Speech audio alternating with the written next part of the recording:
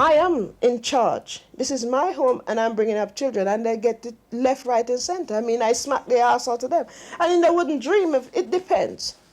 My kids wouldn't dream of tell me that they're not doing it, because G say it's done. Your mother tell you to do a thing, you do it. You don't come tell me you're not doing it. It's most appalling because a lot of people should really turn out. Yeah, but they just sit down and expect you to do it all for them, innit? They don't want to do nothing for themselves. They don't care because... In all families, there's a generation gap.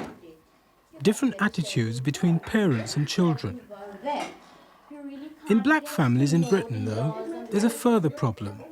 Not only is there a difference in age, but black parents and children are also from different cultures. You should ask for the college. You've been there before, you go, what did I tell you, Tony? You go up to the information desk. You must pick up the application form for the college. Take it down to your school, and you're doing it today. Take it down to the school, get the teachers to show you how to fill it in, so that you get a chance, and you can't leave it. Tell the school, Tony, you don't want to get education, just let me know. Jean Bernard came to London 18 years ago from Jamaica. What was home discipline like back in the West Indies? To have respect and manners for your elders. Manners maketh man. To define that is to be obedient to your parents and to all adults who are in charge of you. How are you bringing up your children here? Under the same laws, which is now defined as a Victorian law. I might ease a little from that of my mother and father, but my discipline within my house, the laws within my house come straight from the table of my parents. Tony! I told you to get on with your work, right? Because I am telling you that it is not how you see it. I tell you to get on with your work. So get on with it, you know. Well, they have to do washing, cooking, cleaning, all the things that a home requires. They have to learn. They have to be domesticated in the home. Tony have to clean and tidy his room. All the children take part in doing everything. There's nothing that I don't allow them to do. And they have time for recreation. Enough recreation is within your home, because I got my recreation within my home. I didn't have to go to youth club to get it. Then get the right ones. Tony is 16, but he's not going to walk in and walk out as he like. He's not going to go to any disc and come in when he like.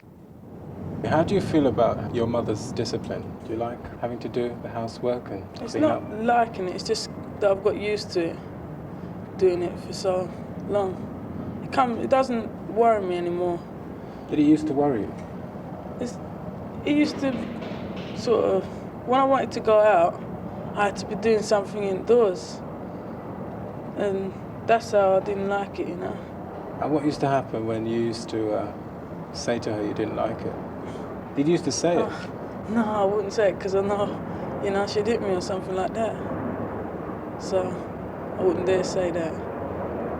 Now, maybe when she tells me to do it, I'd go upstairs and go through the front door without her knowing, and then come back a couple of hours later and then take whatever she's got. She usually nags for about 2 hours straight, you know. And when she stops, it'll be finished for about a week, and then about 2 weeks later, she'll bring it back up again, you know. And that's the thing that I really dislike. When you at school? No, I've got study leave now. Study leave? What, you're doing exams now, like? Yeah. When you see some white kids getting a lot of their own way, like with their parents and that, and if they want something and they ask them anytime, the mum will get it straight away, like they get a lot of freedom compared to us. You know, we have to stay inside a lot and do work, whereas they can go out. Yeah. When? Has he? I don't know. Why do you feel then that there's this difference between how you're being brought up and how your friends are being brought up? Because my parent is sort of old-fashioned, like, and their parent isn't, you know? Whether it's old-fashioned or not, black parents think this strict discipline is for the good of their children. I want a better future for my children than I had for myself. No, I come from the grassroots of the hardcore West Indian family, right? Now, when I come to Britain, 1961, October, I work in a kitchen picking up cups, but inside me was not me. When I pick up them cups, that wasn't all I want to do. And I work in laundry. When I touch people dirty clothes, that's not what I want, you know? And that burning ambition was inside of me. And I fight my way right up to the top until I go back into higher education and get a degree, right? Now, I don't want my children to come out picking up cups, because if I want that, then I would stay in the Caribbean. I travel out to give my children a better future, because my kids could have been born in the Caribbean, but they're born in Britain. I want to sit back when I get old and look at my children and be proud of them. I don't want them to be road sweepers nor factory workers or what I have done or what their father have done. I want them to have a better chance in life. This conflict between the parents' West Indian or African outlook and their children's more British outlook is typical of many black families. But conflict also arises about things outside the home, like school or relations with the police. If a child gets into trouble, many black parents believe that the child has brought it on himself and blame him for it. If a kid come in and say, I was there in detention this evening, I said, good, if you didn't do something wrong, well, you wouldn't, we'd find out from the kids, well, what did you do, right? And if a kid come in and says, Mama was arrested or just taken to the police station for questioning, and I didn't know what to do. Well, if you wasn't walking in bad company, right, and you didn't do something wrong, the police would know you. So they just have that old-fashioned system by believing in the teachers and the policemen. Many parents then blame their children for getting into trouble, but sometimes the children feel that they are not to blame. They often think that they are being victimized for being black and that their parents just don't understand. They think, well, when they was like kids in Jamaica like that, they never used to get in their trouble or anything like that. But when they're over here now, they just think, well, it's the same as the West Indies, but it's a complete different environment altogether, People are different. Everybody's different, Tony thinks this difference is especially true as far as the police are concerned. Yeah, well, they think, well, the police, they're the cream of the earth or something like that, they're not supposed, they're really not, they're only there to keep law and order, they're not there to beat up people and just take them off the streets for anything, So, when you're trying to explain to her the first time you get in trouble, you got to sit down for hours and explain, until she really understands about it, Many parents aren't persuaded by this kind of argument, though. They think the kids are just making excuses, and they continue blaming the children. But other parents aren't willing to blame their children automatically. At the same time, they can't bring themselves to believe that the authorities are actually lying. The result is confusion in the minds of the parents. There is parents who can't fight back because they don't know who is wrong.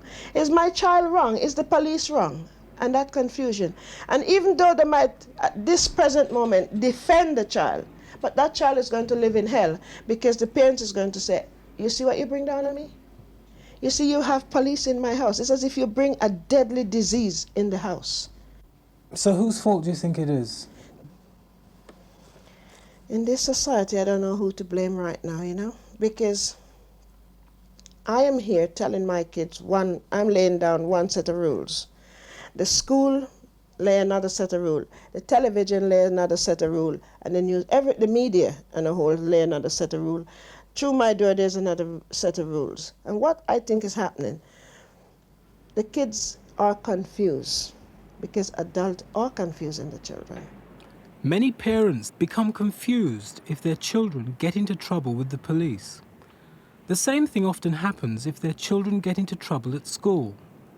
Monica White thought her son was getting on well at school, till suddenly Before he was due to take his exams, he was suspended. So I said, well, I got to go up and find out what's going on. I couldn't get an interview with the headmaster at all. And in the end, after a few days of trying, I went up there to see him personally. And he just said to me, well, he's now due to leave school, which is at Easter, which I was aware of. And so I think he has outgrown school. And I was a bit startled because I thought it was time for examination, you know what I mean? And I thought, well, as far as I know, he was telling me that he was going to sit his exams. So, well, I was really flabbergasted because I didn't know, what to do. Many black parents then end up being confused about where the blame actually lies. This, together with their strict discipline, causes tension and conflict in the home. And in some cases, it actually leads to a complete family breakdown. A very high proportion of black kids either leave home or are thrown out because of the problems we've been looking at. If one considers the number of black youngsters who are in care to the various welfare agencies, and then one also considers the proportions within the country of blacks compared with the indigenous population, then one has to conclude that there is a disproportionate number of black youngsters coming into care, and conclude from that again that there is a disproportionate number of breakdowns of family situations within the West Indian population.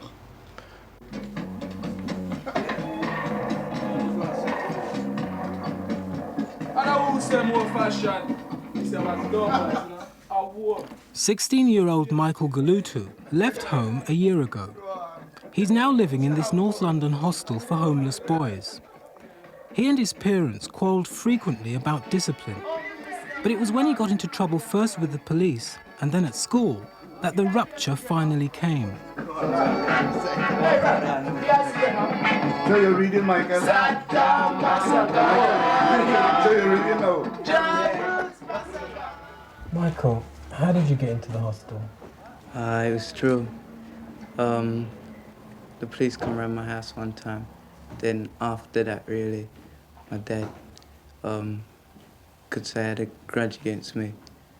Then after that, my dad would kind of, any little thing that I did do, he would make a big fuss about it, and that kept carrying on all the time. Did he blame you for getting in trouble with the police? Well, he knew that what the police had done wasn't true, but in a way he felt he wanted to protect me, and in a way because I didn't understand him, he was kind of vexed up inside, so he took it out on me. Did this have any effect at school? Well, the teachers kept prodding me, and I didn't like that, so I used to backchat them. And, in a way, I was just standing up for myself, and they didn't like that either. And in a way, it was like me to do a war against them and them kind of doing a war against me.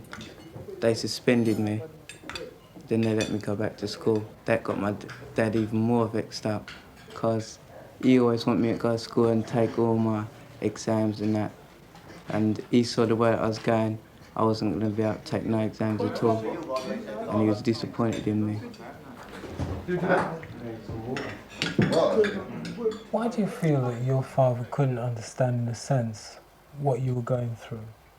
Because my dad come from Africa, and in his land, things was different. And he don't really understand. He thinks things is like in Africa. He don't understand what it's like to be a youth in England, because he never was one. What kind of difference do you feel from your angle you were going through that he didn't go through? Well, I was growing up in England and he was growing up in Africa. And to me, in England at this time, it's harder for a youth, How? Because, the colour for a start, make a lot of difference. And you could say, the police, them, you know what I mean? They just pick you up for sus and things like that. Greg Ince runs the hostel where Michael now lives. How common does he think homelessness is amongst young blacks? Homelessness in this area for blacks has been on the increase for some time now. And I don't see any real decrease in it. Although, I mean, here we're only touching the surface, but our referrals will show you that at least once a day, I mean, we be getting a referral, I mean, and we just can't cope with it.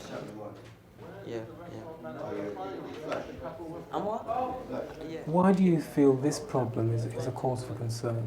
Because of the dangers a homeless kid is exposed to. I mean, he'd be sleeping in an old derelict house or something, so, and he becomes a victim of all circumstances. He can be picked up by the police, and he can be charged for some offense or something, so, and his real trouble starts from there. Yeah. So what they wanted? Deposit? Yeah, and I never had it, and I tell the man for £14. How much? 14 pounds. Deposit? Yeah. You didn't have the £14? I tell the man that what to Friday, and he said yes. When I phoned him back up, he said someone come with £14 already, and he give it to them. Are they more likely to get into crime? Well, yes, I mean, because they're outside there. Most of them, most times they're hungry. I mean, when you're hungry, you need something to eat. I mean, you get it as easy as you possibly can. So that's one of the real dangers there. And I mean, they commit a crime, well, the police have got their job to do. Because they're taken before the magistrates, and that's one conviction, and it usually starts off from one small petty theft and increases.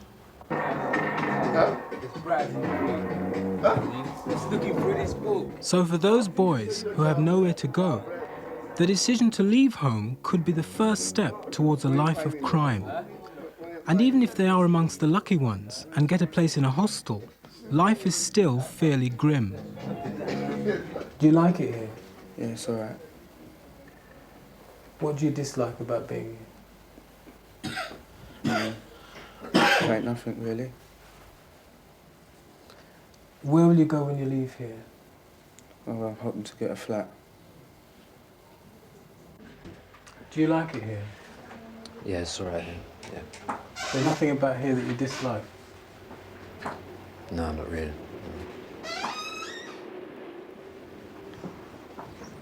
Where do you think you'll go when you leave here? Just waiting for my flat to come through and then I'll settle down. Hold a steady job. Are you looking forward to your future? Right now, there ain't really nothing to look forward to. So, are you looking forward to your future? I haven't really thought about the future. But how do you feel about it? Is it gonna, you feel good about it, or do you think you're gonna have a lot of problems? I think I'm gonna have a lot of problems with the police and that. But most boys who leave home do at least have a chance of getting into a hostel. Girls too leave home, and if they end up on the street, they often have to stay there because there are far fewer facilities for them. There's none really in this borough for girls. When I say they're homeless but not shelterless, it is they have got their friends. They'll sneak into one of their friends' home at night, sleep, leave early in the mornings, and they'll do that there. So for 2 or 3 nights a week, and on weekends, they'll be at the club from Friday nights until Sunday on Monday morning. So what kind of life are they likely to lead? Life, I wouldn't call it a life really. They are alive, but they're barely existing. And they're exposed to more dangers than the boys. What kind of dangers? Well, I mean, morally, physically, they could be raped, usually end up pregnant. That's more problems. I mean, that's another problem there. And it goes on from there. So homelessness has serious consequences for both boys and girls. What do the children themselves think parents should be doing to prevent this? They should be supporting their children, and you know, if somebody, like if the police them kind of keep arresting their children, they should stick up for the children instead of kind of putting their children down. And if they stick up for their children, then the children will have more respect for them. There are signs that parents are beginning to support their children. and are trying to understand their point of view. Recently, black parents groups have been springing up all over the country. These groups bring parents together to discuss their problems. They help provide information, for example, about the school system. And this gives parents a greater understanding of the things that affect their children. Martha Ossamore runs a black women's group in North London. We try to get our parents to show interest in their children's education, like going to open days, like going to schools to inquire about, how their children are doing. Like when there is trouble building up and is leading to the child going to be suspended from school, to start shopping around, looking for schools for the children. They haven't got a child been in trouble yet, or whatever it is, they don't want to know. Yeah, that's it. We're trying to... It's often worries about education that bring women into the group. But I've seen other kids in trouble. Yes. It could be mine. Yeah. That's right. Right? Yes, we are concerned. And if we want to bring out all these people that live in this community to give their kids more support, give them more time, go to school opening evening, see that... Rose Hughes joined because she was worried about her children's schooling. One son, who is deaf and dumb, had been expelled without warning, and she couldn't find another school. I couldn't get any satisfaction at all, so I had to go and see my MP. Afterwards, about 2 weeks after, they found him a school. Then, I've got another boy who was 13. He was turned away from an art group, and that drove me even more to join in the group, because I just can't get any satisfaction from the people who's been involved, who say they can help. And when I go to the headmaster and asking him to try and see if he can help these boys more, I was turned away. How does being in the group help you?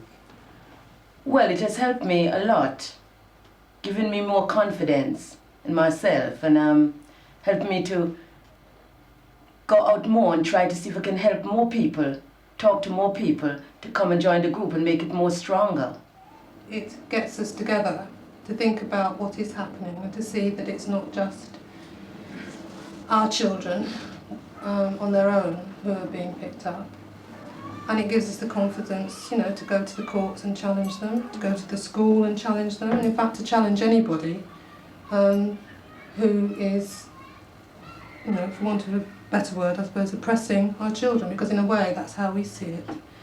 And I think it gives us back our dignity, which is quite often taken away from us. In what way? Well, in that we know that we can stand up and fight, and we've got other people with us, and we're not going to take the sorts of assumptions that are made about us. What kind of assumptions? The assumptions that our children must be criminals. We may work hard sometimes. I mean, all the myths that this society puts across about black people. And I think it's quite, when you go back to the question of being isolated, it's one of the things that occurred to me was that the parents on their own are bound to believe what the schools say about their kids and what the police say if they are isolated. The number of parents' groups like this are growing very quickly.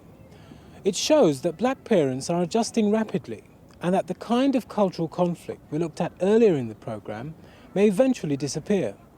But it will take perhaps a generation or so. In the meantime, it's a process which will leave many casualties.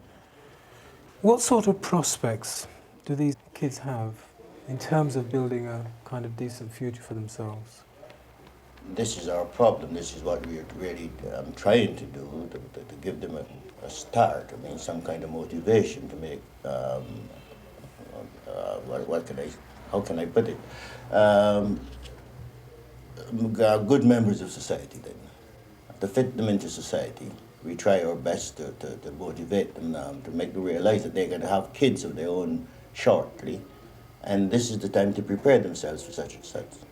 So how would you sum up their prospects? Bleak. At the moment, my future don't really hold much for me, but I'm hoping that something's going to come along, you know what I mean? Why do you think it doesn't hold much? Because I haven't got no exams, I got expelled from school, and I'm in a hostel now. And for that, really, it's not very much chance of me getting anywhere at the moment, you know, with them kind of things on my back.